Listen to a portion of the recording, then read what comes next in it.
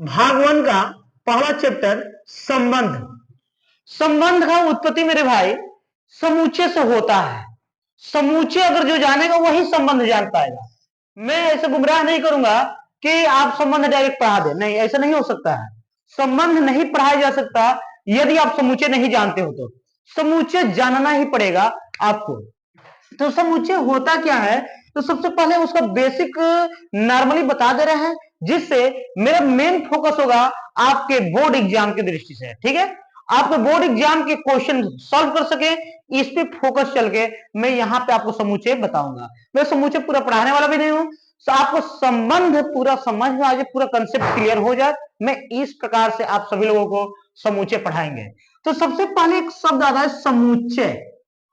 समुच्चय, समुच्चय को इंग्लिश में सेट कहते हैं। ठीक, सेट। समुच्चय को कैपिटल ए बी सी से प्रदर्शित करते हैं और इसके अवयवों को मझोला कोष्ठक के अंदर लिखते हैं।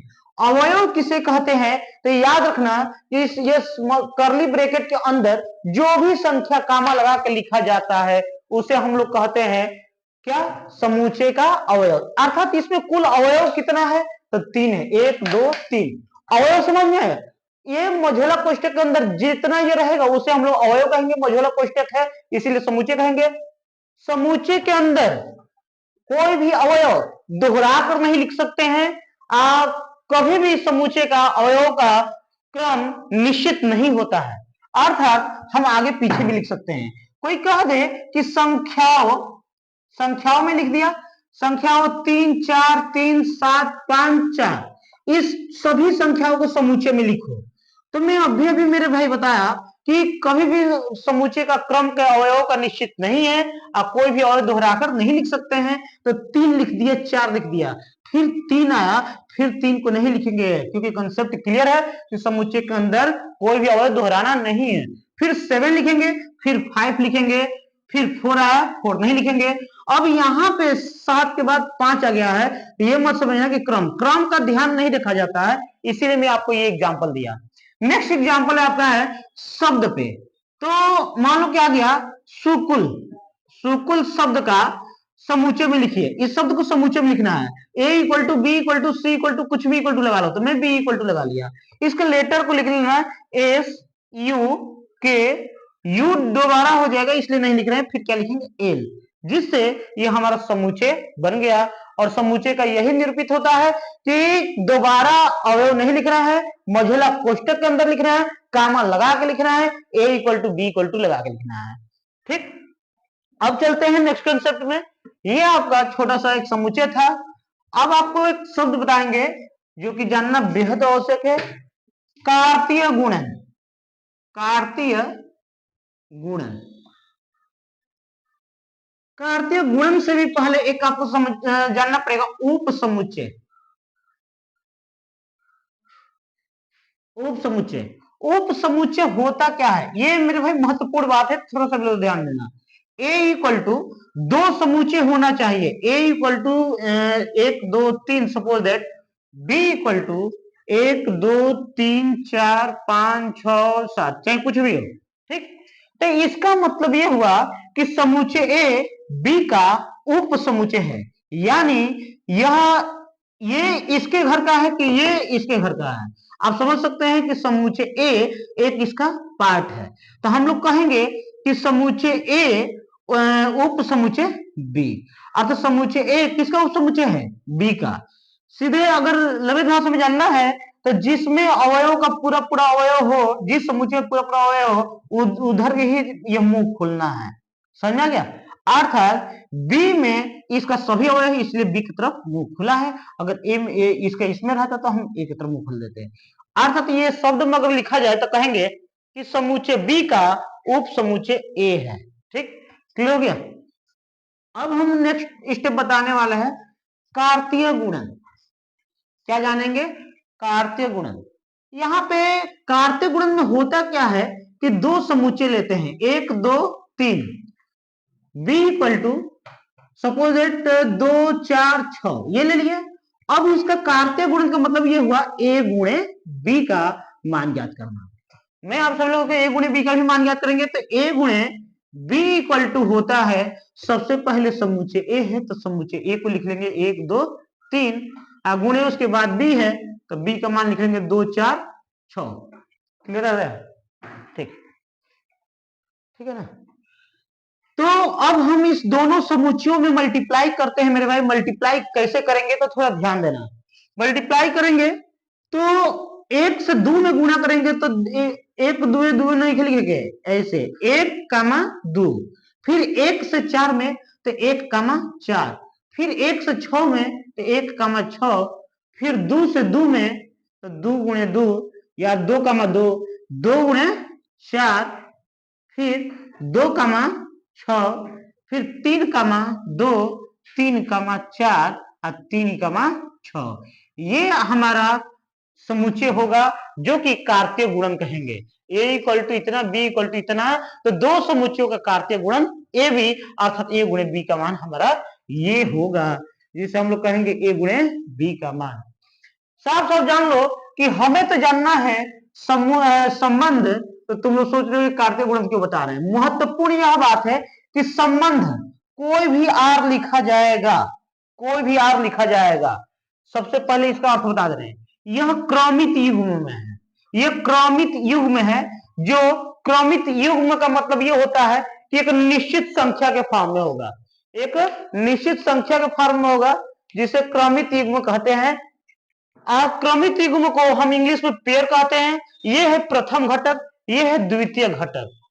प्रथम घटक द्वितीय घटक, प्रथम घटक द्वितीय घटक, मतलब इस फॉर्म में लिखा गया है आपको। मतलब इसको क्या कहना है, क्रमिक युग्म में लिखा गया है। अर्थात आर जो भी लिखा जाएगा वो समझ जाना कि क्रमिक युग्म के रूप में ही लिखा जाएगा, वो सिंगल ऐसे नहीं लिखा जा सकता। आर आर कभी भी आपको इस रूप में दिखाई नहीं देगा, हमेशा इस रूप में दिखाई देगा। इसीलिए मुझे आपको बताना पड़ा आर के पहले क्रमिक कार्तीय गुणन बताना पड़ा। जैसे कि यह आर का उत्पत्ति हुआ कहां से, तो समझ में आ गया कि कार्तीय गुणन से निकलता है आर का मान। और एक साथ ही साथ एक और बात याद रखना कि कभी भी आर का मान लिखा जाएगा, कभी भी आर का मान लिखा जाएगा, यहां पे आर का मान जो भी लिखा जाएगा इसी में से अवयव को छांट के लिया जाता है।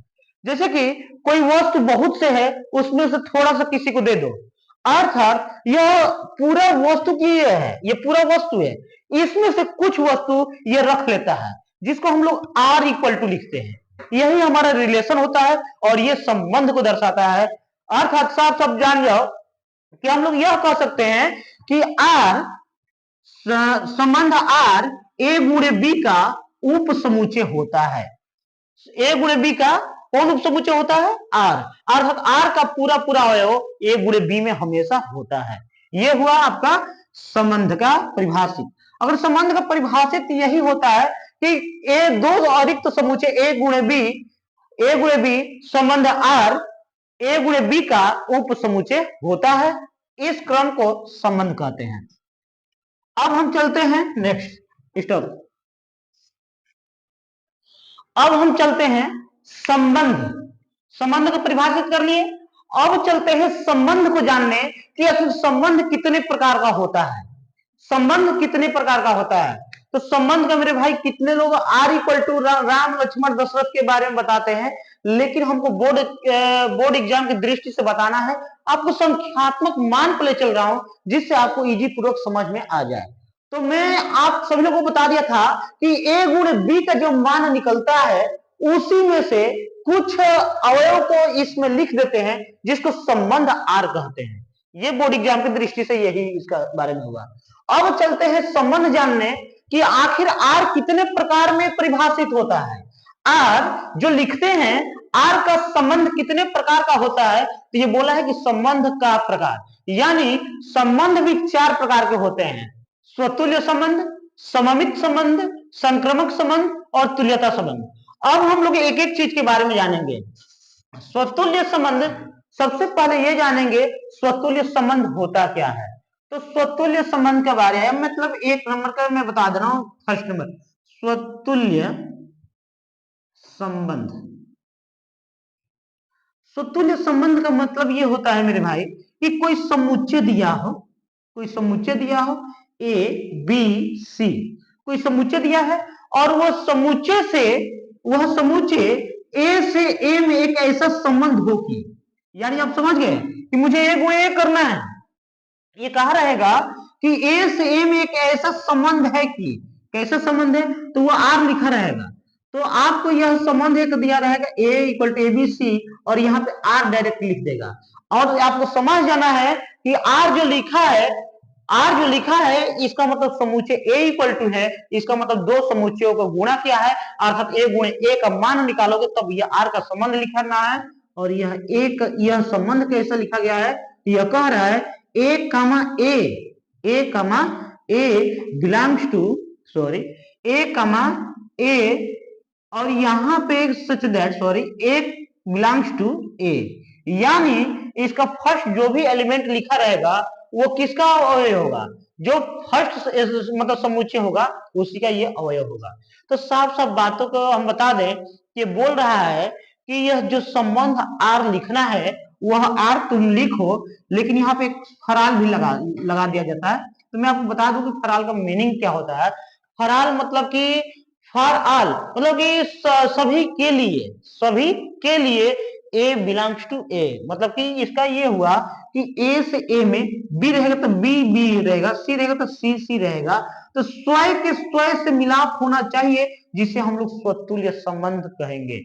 अर्थ साफ साफ बातों में जान जाए, ये आपको समुच्चय निर्माण विधि द्वारा बताया गया है, जबकि तालिका विधि द्वारा अगर जानेंगे तो इससे इसमें संबंध को दर्शाने के लिए हम लोग आर इक्वल टू लिख सकते हैं कि आर कोई पूछेगा कि बताओ स्वतुल्य है कि नहीं है, तो स्वतुल्य परिभाषित करने के लिए हम लोग लिख सकते हैं ए कामा ए, बी कामा सी कामा ए, फिर बी ए, फिर बी, फिर सी, फिर सी ए हो चुका है, ए सी लिख दिए।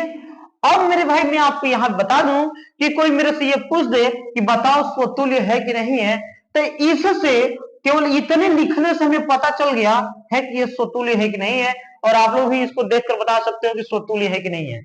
स्वतुल्य बताने के लिए हमें जो समुच्चय दिया हो उस समुच्चय को देखकर हम लोग बताते हैं कि आर एक स्वतुल्य संबंध है कि नहीं है।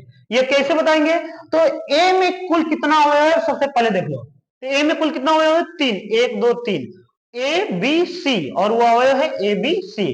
तो जो संबंध आर लिखा गया हो उसमें ये होना चाहिए, ए है तो इसमें ढूंढो कि ए है कि नहीं है, यहां से यहां तक तो है, क्लियर हो गया, ये क्लियर हो गया कि है। दूसरा शर्त बी, तो बी इसमें है कि नहीं ढूंढो, तो यहां पे है, मिल गया। फिर क्या है सी, तो सी है कि नहीं है, वो भी है। अतः इसके जितना भी अवयव हो तो उसका पेयर्स खुद से होना चाहिए। अगर ऐसा स्थिति है तो वो स्वतुल्य है, अगर ऐसा स्थिति नहीं है तो वो स्वतुल्य नहीं है। एक और एग्जांपल दे रहे हैं स्वतुल्य की एग्जांपल से, ठीक है। तो जैसे कि a इक्वल टू, अगर मैं 1 2 3 ले लिया, 4 ले लिया और यहां पर लिख दिया r equal to 1 1, suppose that 2 3, फिर लिख दिया 2 2, फिर लिख दिया 3 4 लिख दिया, फिर लिख दिया 4 4 लिख दिया, और फिर लिख दिया 3 3 नहीं लिखेंगे क्योंकि एक एग्जांपल देना है।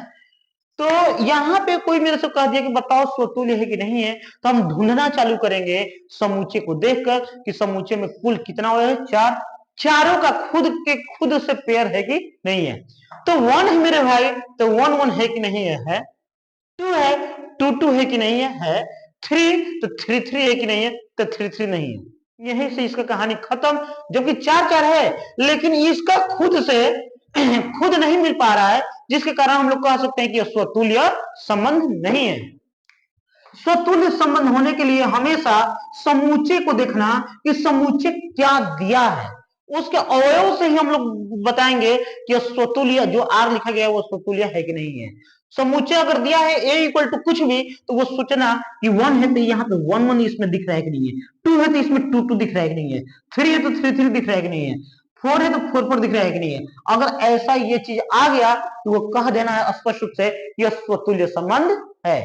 Bus stop.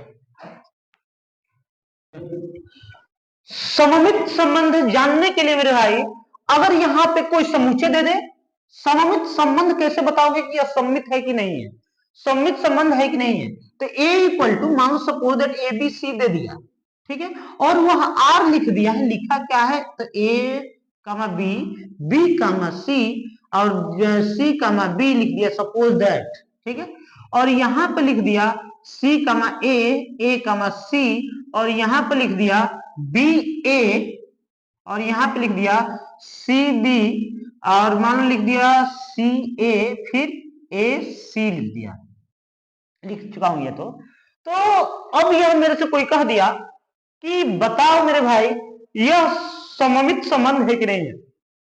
तो स्वतुल्य आप लोग बता सकते हैं कि यदि सबसे पहले स्वतुल्य को परिभाषित करना है एक बार कि है कि नहीं है। तो ए बी सी है, तीन अवयव है, तो हम देखो ए है तो इसमें ए ढूंढो, कहीं है, तो इसका यहीं पे कहानी खत्म, कह देना कि स्वतुल्य संबंध नहीं है। लेकिन सममित के लिए किसको देखोगे, तो मेरे भाई सममित के लिए हम इस समुच्चय को नहीं देखेंगे, हमारा नजरिया होगा आर पे, आर को देखकर बताएंगे कि स्वतुल्य संबंध है कि नहीं है। तो स्वतुल्य संबंध है कि नहीं है, सॉरी सममित संबंध है कि नहीं है, तो सममित संबंध जानने के लिए R equal to A comma B, B comma C, C comma B, जो भी है ये चेक करेंगे कि सममित संबंध है कि नहीं है। तो हम इसको चेक कैसे करेंगे, तो थोड़ा ध्यान देना।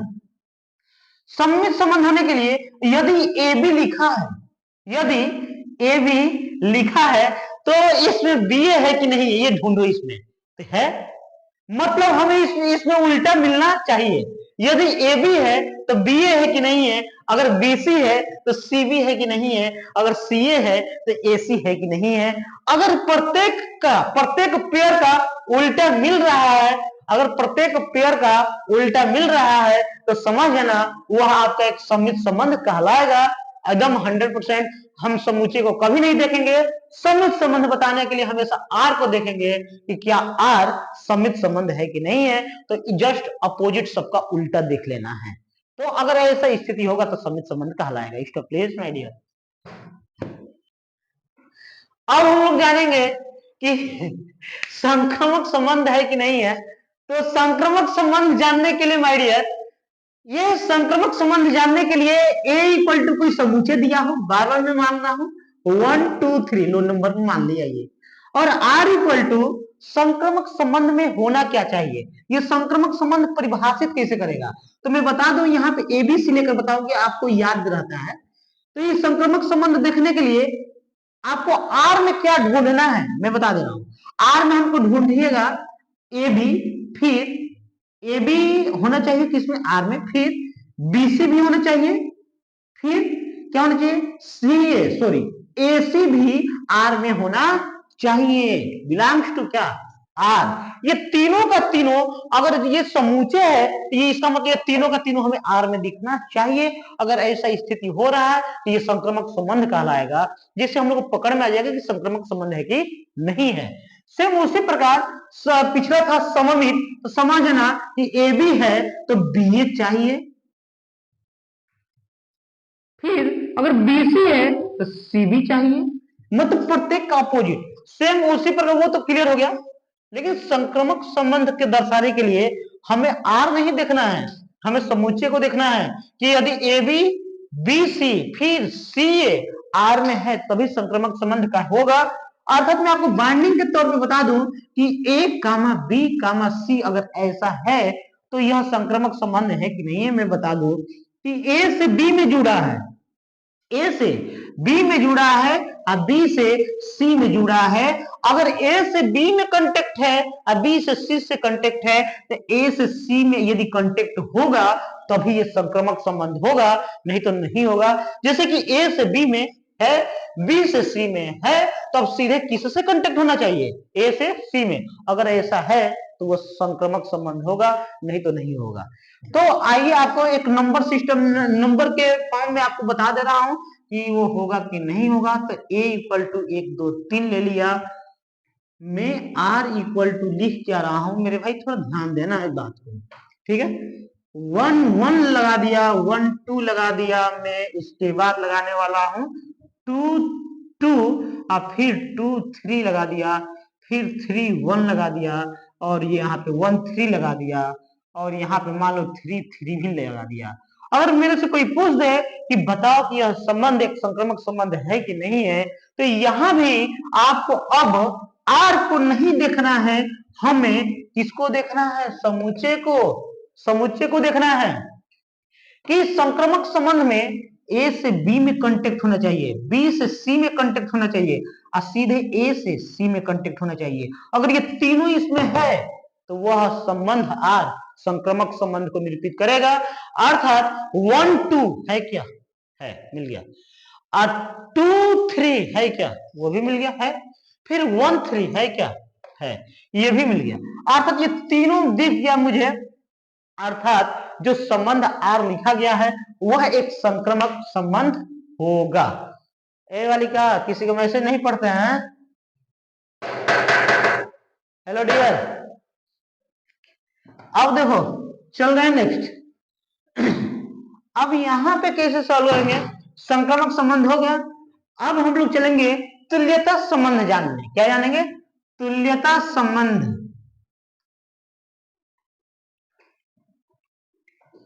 तुल्यता संबंध कैसे समझ में आएगा कि तुल्यता संबंध है कि नहीं है? तो माय डियर स्पष्ट रूप से बता दो कि अगर समझ, अगर तुम तीनों संबंध जान गए तो तुल्यता संबंध जान गए। साफ साफ भाषा में अगर कहना चाहूं तो कह दूं कि अगर स्वतुल्य संबंध है, स्वतुल्य संबंध दिख रहा है पहला, दूसरा है समित संबंध, दूसरा, तीसरा है संक्रमक संबंध। अगर यह तीनों लागू हो रहा है एक ही संबंध के लिए, तीनों नियम को पालन कर रहा है, तो जो संबंध आर लिखा होगा वो हमारा संबंध एक तुल्यता संबंध कहलाएगा। अर्थात हम लोग उसी को तुल्यता संबंध कहेंगे। इस चीज को ध्यान में रखना है। Stop my dear.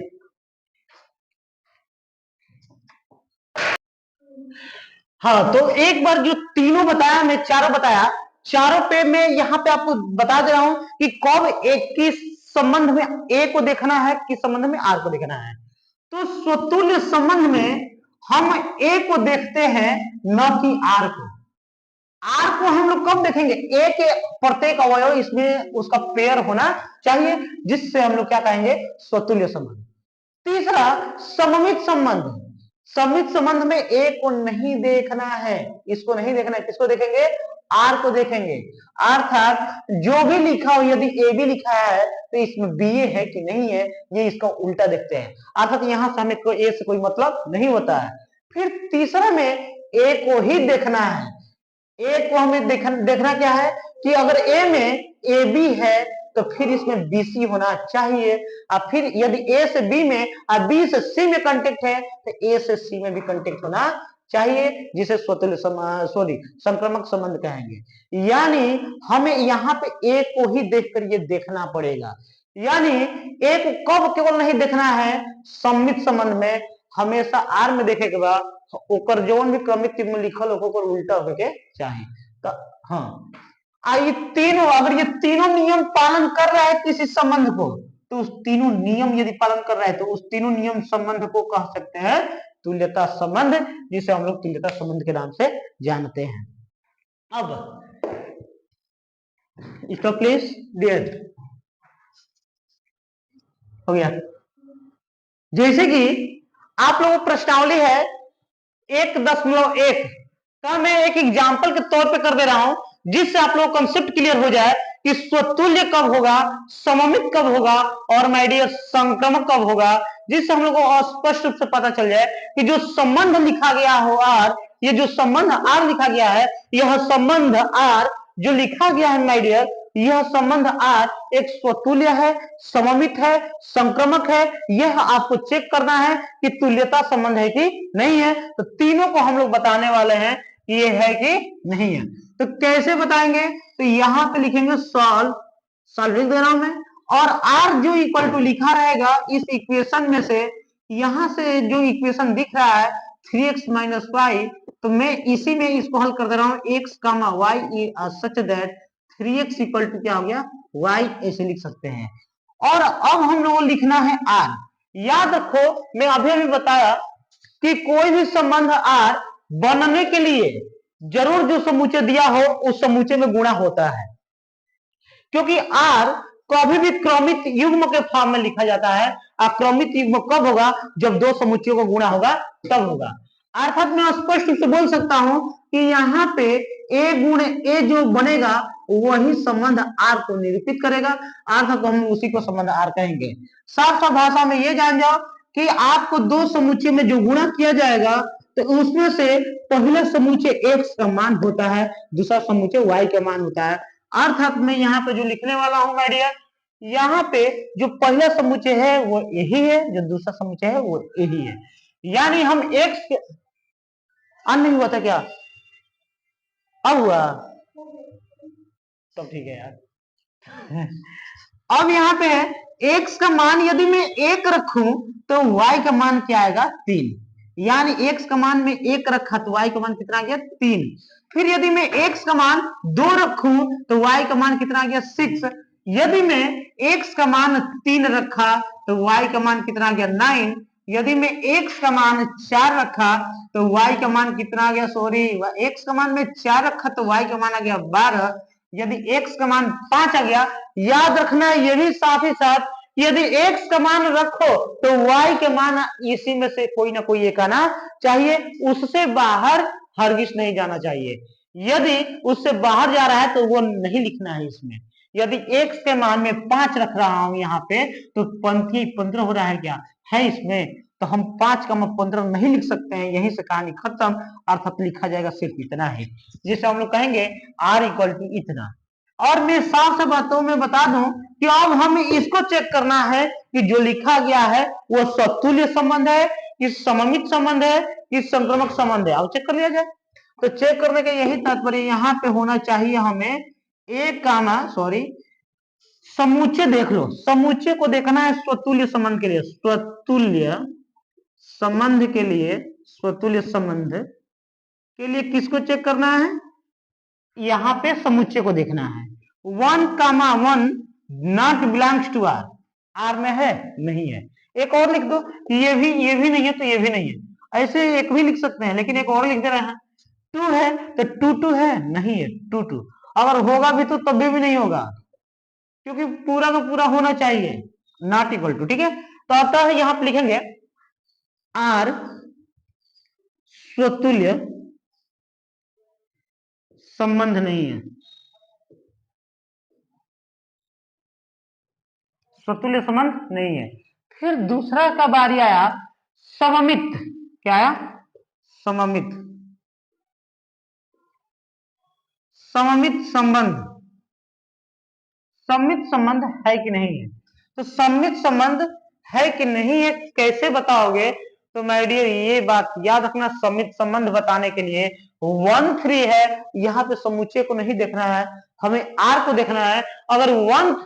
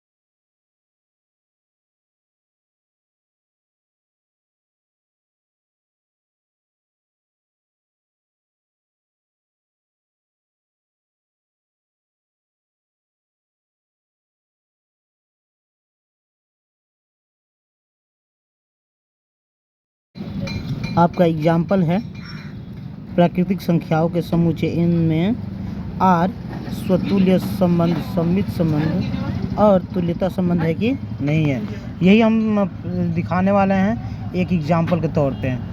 इसमें n एक प्राकृतिक संख्या था और r एक संबंध दिया है। n 1 2 3 एक प्राकृतिक संख्या होता है जो कि अनंत तक है, इसको मतलब कि देखा नहीं जा सकता, काउंटिंग नहीं किया जा सकता। और r एक संबंध है। तो r होता क्या है, n से n में गुणा होगा तो तभी r होगा, यानी n से n में गुणा होगा तभी एक पेयर के फॉर्म में बनेगा और हम लोग उसी को क्या कहेंगे, r। तो यह r एक समुच्चय निर्माण विधि में लिखा गया है। तो हम लोग लिखेंगे कैसे, r equal to curly bracket, और मैं बता दूं कि n गुणे n इक्वल ये n, मान लीजिए एक और n, तो पहला n का जो पहला n है उसमें सब x का मान है और दूसरा वाला n में y का मान होता है। अब बात यहाँ पे आ जाइए कि जो x लिखा गया है वह x लिखा गया वो n का मान है, अर्थात x के स्थान पे जो भी लिखा जाएगा वो n का मान ही रखा जाएगा और जो मान आएगा वो n ही का मान होगा। तो x इक्वल टू सबसे पहले 1 रखें, तो 1 रखने पर 6 आएगा क्या, x इक्वल टू 1 रखें तो y का मान कितना आएगा, 6, अर्थात x के स्थान पर 1 और y के स्थान पर 6। फिर 2 रखें तो x का मान 2, y का मान 7।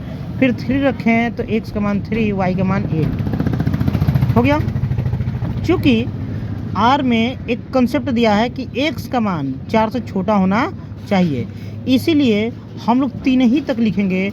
अगर फिर x इक्वल टू 4 ले रहे हैं तो 4 तो लेना नहीं x का मान, तो हम इतना पे ही रहने देंगे। अब हमें यहाँ पे बताना है कि r स्वतुल्य संबंध है कि नहीं है। तो स्वतुल्य संबंध देखने के लिए हम समुच्चय n को देखते हैं कि n आखिर है क्या, n में कौन कौन सा अवयव है। तो 1 है, 2 है, 3 है। तो स्वतुल्य संबंध क्या आप लोग कंसेप्ट पीछे बता चुका हूँ कि स्वतुल्य संबंध के लिए कंसेप्ट n में 1 1 होना चाहिए, नॉट बिलोंग्स टू, चूँकि r में ये आया नहीं। फिर 2 2 होना चाहिए चूँकि ये भी r में नहीं है, अतः स्वतुल्य संबंध नहीं है, स्वतुल्य संबंध नहीं है। फिर दूसरा कंसेप्ट चलेगा सममित संबंध का, सममित संबंध। तो एक बात याद रखना मेरे भाई, सममित संबंध के लिए हम लोग समुच्चय को नहीं देखेंगे, हम लोग r को देखेंगे। r को देखते हैं सममित संबंध के लिए। तो जो सममित संबंध होगा वो r में होता कैसे है, कंसेप्ट कैसे लगता है। तो r में जो कंसेप्ट होगा, तो जैसे कि 1 6 है तो 6 1 नहीं है, फिर 2 7 है तो 7 2 नहीं है। n को देखेंगे नहीं, r को देखते हैं सममित संबंध के लिए। तो देख लो 1 6 है, 6 1 नहीं है, जस्ट अपोजिट को ढूंढते हैं। 2 7 है तो 7 2 नहीं है। यहाँ पर लिखेंगे 1 6 इज बिलोंग्स टू r, ये तो है, but 6 1 not belongs to r।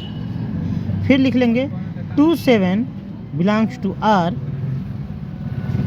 और 7 2 नॉट बिलोंग्स टू r। नीचे लिखेंगे r एक सममित संबंध नहीं है, r एक सममित संबंध नहीं है।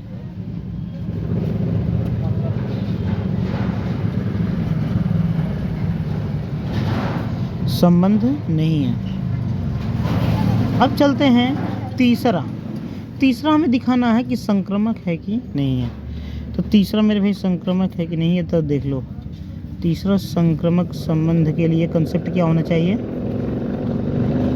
तो तीसरा संक्रामक के लिए कंसेप्ट होना चाहिए 1 2 2 3, जबकि इसमें कोई ऐसा कंसेप्ट नहीं है, ये सीधे 1 6 2 7 3 8 दिया है, जबकि यह संक्रामक संबंध का कंसेप्ट नहीं है।